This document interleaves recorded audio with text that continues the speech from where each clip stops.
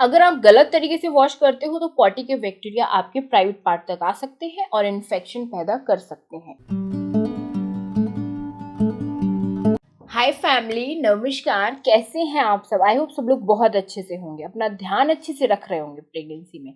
जैसे कि friends, pregnancy के समय क्या होता है कि छोटी मोटी दिक्कतें बनी रहती हैं, जैसे कि मॉर्निंग सिकनेस है, सिर में दर्द है, पीठ में दर्द है, आपको हल्का फुल्का पेट में दर्द है, मूड स्विंग्स की प्रॉब्लम है, थकान, कमजोरी। ये जो चीजें होती है ना प्रेगनेंसी में, ये चीजें नॉर्मल मानी जाती है, जो कि सभी महिलाओं को होती हैं अधिकतर। और ये चीजें जरूरी भी होती हैं प्रेगनेंसी में बच्चे की अच्छी ग्रोथ के लिए। तो ये जो सिम्टम है ये आपको भी महसूस हो रहे होंगे। लेकिन एक चीज और जो इस टाइम आपको बहुत ज्यादा परेशान कर रही होगी, वो है प्राइवेट पार्ट में खुजली की समस्या, मतलब इचिंग की समस्या। तो फ्रेंड्स, प्रेगनेंसी के टाइम जो ये दिक्कत होती है, मतलब प्राइवेट पार्ट में खुजली की समस्या होती है, ये पहली बात तो कई कारणों से हो सकती है। तो आज के इस वीडियो में हम यही जानने वाले हैं कि प्रेगनेंसी के टाइम जो आपको प्राइवेट पार्ट में खुजली की समस्या होती है, ये क्या संकेत देती है, क्या इसके पीछे रीजन होते हैं और आप इससे कैसे बच सकते हो, और ये प्रेगनेंसी में सही है या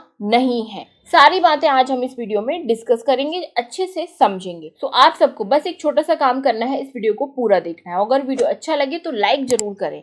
इसी तरीके के डेली हेल्पफुल वीडियो देखने के लिए आप चैनल को सब्सक्राइब भी कर सकती हैं। तो चलिए फिर स्टार्ट करते हैं जल्दी से आज का वीडियो। तो फ्रेंड, जैसे हमने बात की कि प्रेगनेंसी के टाइम पे प्राइवेट पार्ट में खुजली होने लगती है, तो सबसे पहले हम इसके रीजन जानते हैं कि आखिर प्रेगनेंसी में प्राइवेट पार्ट में खुजली क्यों होती है। तो फ्रेंड्स, पहला रीजन होता है कि प्रेगनेंसी के टाइम पेल्विक एरिया में जो ब्लड फ्लो होता है वो काफी बढ़ने लगता है। दूसरा रीजन होता है हार्मोनल चेंजेस। हार्मोनल चेंजेस की वजह से भी प्राइवेट पार्ट में खुजली की समस्या हो जाती है। साथ में प्रेगनेंसी के टाइम पे प्राइवेट पार्ट का पीएच भी खराब होने लगता है, जिस वजह से भी प्राइवेट पार्ट में खुजली होने लगती है। इसके बाद प्रेगनेंसी में इन्फेक्शन होने की वजह से भी प्राइवेट पार्ट में खुजली होने लगती है। ये इसके रीजन होते हैं। लेकिन आप कुछ चीजों का ध्यान रखें, कुछ टिप्स अपनाकर प्राइवेट पार्ट की खुजली को कम कर सकते हैं। क्योंकि फ्रेंड्स, आपको पता है कि प्रेगनेंसी के टाइम प्राइवेट पार्ट में कोई भी दिक्कत होती है, खुजली होती है, इन्फेक्शन होता है, ये सीधा बच्चे पर असर करता है। क्योंकि प्राइवेट पार्ट का जो इन्फेक्शन होता है वो सीधा बच्चे पर अटैक करता है और बच्चे को नुकसान पहुंचा सकता है। इसीलिए आपको प्राइवेट पार्ट में कोई भी दिक्कत हो, इन्फेक्शन हो, खुजली हो, इन सब को सही करना चाहिए, इन सबको इग्नोर नहीं करना चाहिए। तो चलिए हम जानते हैं कि प्राइवेट पार्ट की खुजली से आप कैसे निजात पा सकते हैं, कैसे इससे बच सकते हैं, कैसे इसको ठीक कर सकते हैं। सबसे पहली चीज, जैसे कि मैं आपको बताती रहती हूँ कि प्रेगनेंसी के टाइम आपको लूज कपड़े पहनने की कोशिश करनी चाहिए। फिटिंग वाले कपड़े, टाइट कपड़े बिल्कुल नहीं पहनने चाहिए, चाहे वो आपकी पैंटी हो या ब्रा हो।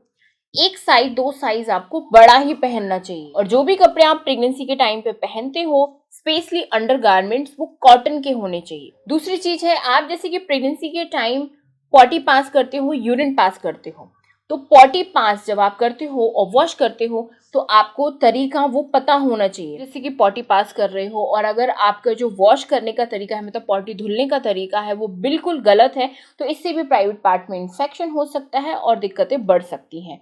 तो फ्रेंड्स, आप जब भी पॉटी वॉश करते हो तो आपको आगे से पीछे की तरफ वॉश करना चाहिए, पीछे से आगे की तरफ वॉश नहीं करना चाहिए। अगर आप गलत तरीके से वॉश करते हो तो पॉटी के बैक्टीरिया आपके प्राइवेट पार्ट तक आ सकते हैं और इन्फेक्शन पैदा कर सकते हैं। और प्रेगनेंसी में जितने टाइम भी यूरिन पास करते हैं तो उतने टाइम आपको अपने प्राइवेट पार्ट को सादा पानी से जरूर धोना चाहिए, जितने बार भी आप यूरिन पास करते हो, क्योंकि आसपास यूरिन लगा रह जाता है, जिससे इन्फेक्शन बनता है। फिर बेवजह आपको व्हाइट डिस्चार्ज की दिक्कत हो जाती है और यूरिन इन्फेक्शन की दिक्कत भी आपको हो सकती है। तीसरी चीज है, जितना भी हो सके प्राइवेट पार्ट को आपको क्लीन रखना है, ड्राई रखना है, मतलब प्रॉपर हाइजीन मेंटेन करके रखना है। अगर हेयर हो रहे हैं ज्यादा तो उनको आपको हटाना चाहिए, रिमूव करना चाहिए अनवांटेड हेयर को, क्योंकि ये भी कहीं ना कहीं बैक्टीरिया पैदा करते हैं, कहीं ना कहीं इन्फेक्शन का कारण बनते हैं और खुजली का भी कारण बनते हैं। जैसे कि अगर आपको व्हाइट डिस्चार्ज की दिक्कत है या फिर आपको प्राइवेट पार्ट में पसीना ज्यादा आता है, तो आप अपनी पैंटी को 2 से 3 बार चेंज जरूर करें। अगर व्हाइट डिस्चार्ज है, जैसे कि पैंटी पर व्हाइट डिस्चार्ज लगा रह जाता है, तो उससे इन्फेक्शन बनता है। तो अगर आपको लग रहा है कि आपकी पैंटी गंदी हो गई है तो आप पैंटी को चेंज करें। 2 से 3 बार एटलीस्ट आप पैंटी को जरूर दिन में चेंज करें। साफ पैंटी पहनेंगे तो बैक्टीरिया पनपने के जो चांसेस होते हैं वो खत्म हो जाते हैं।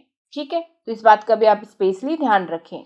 इसके बाद चौथी चीज है, आपको कम केमिकल वाले सोप या लोशन का यूज करना चाहिए नहाने के लिए, क्योंकि जब आप नहाते हो बॉडी पर सोप लगाते हो तो प्राइवेट पार्ट तक भी पहुंचता है। इसीलिए कम केमिकल के सोप या लोशन का आप यूज करें, क्योंकि ज्यादा केमिकल वाला कोई भी प्रोडक्ट आप यूज करते हैं, भले बॉडी पर करते हैं, कोई भी सोप हो लोशन हो, तो वो भी कहीं ना कहीं इन्फेक्शन पैदा करता है और खुजली का कारण बन जाता है। प्राइवेट पार्ट को इन्फेक्शन फ्री रखने के लिए मेन होता है आपका पीएच लेवल। अगर प्राइवेट पार्ट का पीएच लेवल सही रहता है तो प्राइवेट पार्ट में इन्फेक्शन पैदा नहीं होते हैं। इसके लिए आप दही का सेवन कर सकती हैं। दही खाने से प्रेगनेंसी में क्या होता है कि प्राइवेट पार्ट का पीएच लेवल सही रहता है। अब इसे ठंडियों का टाइम है तो आप घर में ताजी जमाई हुई दही खा सकते हैं। खट्टी दही नहीं खानी चाहिए। अगर आपको सर्दी जुकाम खांसी है तो फिर आप दही नहीं खाएं इस टाइम पे, ठीक है। इसके बाद आखिरी चीज है, जब भी प्रेगनेंसी में आप रिलेशन रखते हैं, प्राइवेट पार्ट को अच्छे से वॉश करना चाहिए आपको। आफ्टर रिलेशन रखने के बाद या तो किसी नेचुरल इंटीमेट वॉश का यूज कर सकती हैं आप, नहीं तो फिर अजवाइन वाले पानी से, नीम वाले पानी से भी आप अपने प्राइवेट पार्ट को वॉश कर सकती हैं। जैसे कि अजवाइन को अच्छे तरीके से पानी में बॉईल कर लें, फिर गुनगुने पानी से अपने प्राइवेट पार्ट को वॉश करें। इससे सारे बैक्टीरिया खत्म हो जाते हैं। और जैसे कि जो दिक्कतें होती है ना, यूरिन इन्फेक्शन है, वाइट डिस्चार्ज की दिक्कत है, स्मेल की दिक्कत है, इचिंग की दिक्कत है, इन सब से भी आप दूर रहते हो और बचे रहते हो। तो आई होप ये सारी इन्फॉर्मेशन आपके लिए काफ़ी ज़्यादा हेल्पफुल रहेगी और हेल्पफुल रही होगी। तो इस वीडियो को एक लाइक बनता है, सब्सक्राइब करना भी बनता है चैनल को। तो मिलती हूँ आप सबसे अगले वीडियो में, तब तक ऐसे ही देखते रहिए रेशूज blog YouTube channel. Bye bye, thank you.